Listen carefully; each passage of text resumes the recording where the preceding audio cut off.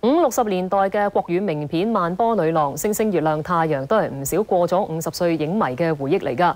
導演易文已經過咗身，佢最擅長刻畫男歡女愛，作風相當之前衛。由陳珍妮帶大家去欣賞下佢嘅作品。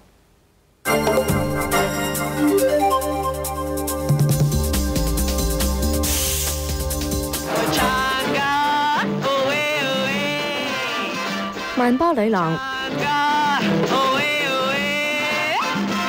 青春兒女呢兩部經典歌舞片都係由當年嘅電懋公司名導演易文執導㗎。50、60年代本港工業啱啱起步，普羅大眾生活水平唔高，易文率先帶領觀眾窺探中產世界嘅生活。佢就又會去買兩門嘅跑車啊，咁經常去出入歌台舞榭啊、夜總會啊、風月場所啊等等。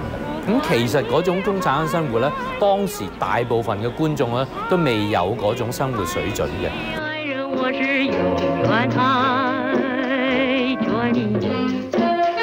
愛情片同樣拿手。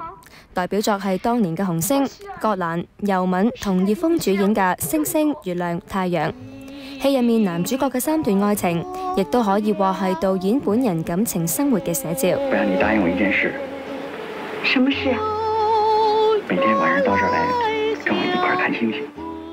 咁佢雖然結咗婚咧，但係經常都有婚外情嘅。咁所以我哋可以喺個電影裏邊咧，真係亦都睇到，即係佢自己理想嘅投射啦。其實係我哋每一個男人嘅夢想啦，即係有3個咁靚嘅女仔都同時中意同一個男仔。描寫婚外情，惹嚟橫禍嘅小白菜，引起觀眾唔少共鳴。50年代嘅時候咧，就好多係盲婚啞嫁嘅，好多觀眾自己本身咧，所以對沒有自由嘅婚姻同埋戀愛咧係非常之反感嘅，所以對佢哋好能夠咁代入去小白菜呢種我所謂嘅精神上邊嘅婚外情。易文喺上海大學畢業之後嚟香港，編劇同導演過100幾套電影。想重溫易文嘅作品以及佢充滿色彩嘅一生，可以嚟到香港電影資料館㗎。展期會去到6月7號。無線電視記者陳珍妮報道。電影資料館就喺西灣河，易文嘅26套電影放映期會5月17號就完結㗎啦。